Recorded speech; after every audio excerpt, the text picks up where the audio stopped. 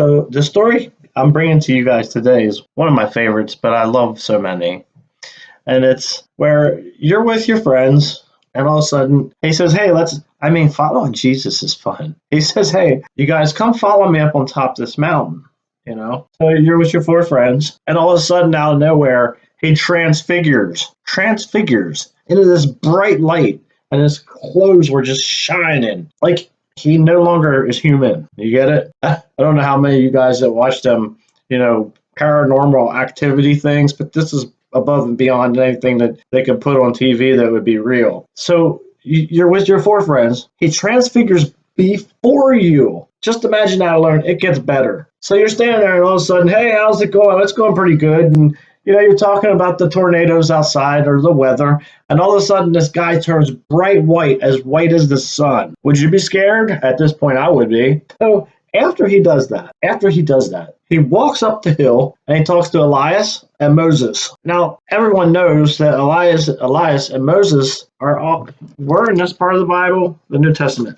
Elias and Moses are all the way back in the beginning. So these guys have been gone for a long time. And you're watching this man, who was a man, transfigure into this bright white ghost figure, walk up, and now he's talking to two other ghosts. By this time, I'd be running away probably. I'd be like, "Oh my gosh, this is insane." So this is one of my favorite out of many parts of the Bible. He's talking to them, and as he's talking, he turns around to come back, and you hear this out of the sky, "Behold, this is my son. Listen to him." By that time, I'd be crying because who knows? But the story goes like this, and I'm going to read it to you, and then we'll capitalize real quick on the end, and then I'm going to let you guys go. It says, "And after 6 days, Jesus taketh Peter and James and John."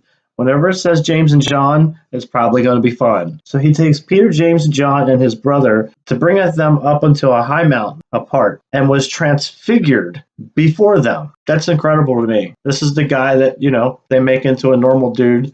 They crucify him on a cross. He's dead. And then the credits run. They don't talk about this stuff. So he transfigures before them, and his face did shine as the sun, and his raiment was white as light. And behold, there appeared unto them Moses and Elias, talking with him. Yeah, he transfigures. Now he's up here talking to these two guys. Unbelievable. Then answered Peter and said unto Jesus.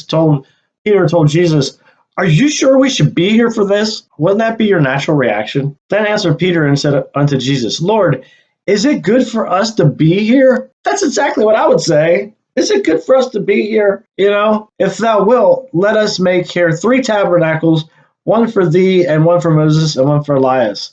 Like, we'll build all 3 of you guys tabernacles, whatever you want. And they were scared to death, much like when they were on the boat and he was sleeping. And while he yet spoke, behold, a bright cloud overshadowed them. Now this bright cloud comes over top of them, and a voice says, "Behold, a voice out of the cloud, which said, This is my beloved Son, to whom I am well pleased. Hear ye him." Listen to him. By this time, paranormal activities on TV and all that stuff's junk, because we don't know how big this God is.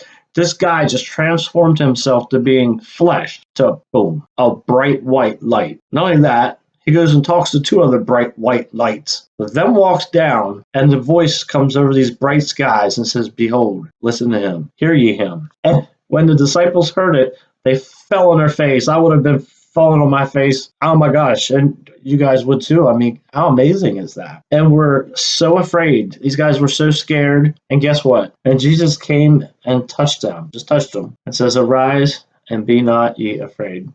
What an awesome God. What an awesome Lord we serve. Jesus is so amazing that he walks down to these 4 guys and he just touches them. And he says, "Be not afraid." Because you know why? Much like the tornadoes that are going on, the world's coming to an end, the stock market's crashing, Nibiru's going to hit Earth. He gives us peace beyond all understanding. You have peace in your heart about things. So when I say you need to be spiritually prepared, this is so you have peace beyond all understanding. And you know in your heart, number one, I'm okay with the Lord, and I'm ready to go now. He can have me. Because after all, we're supposed to offer ourselves as a living sacrifice. That means you give all to him. You don't hold, you don't say, "Hey, I'm going to do my bills. I'll take care of my bills, Lord, but you can take care of my health. You see, I tried that and it don't work.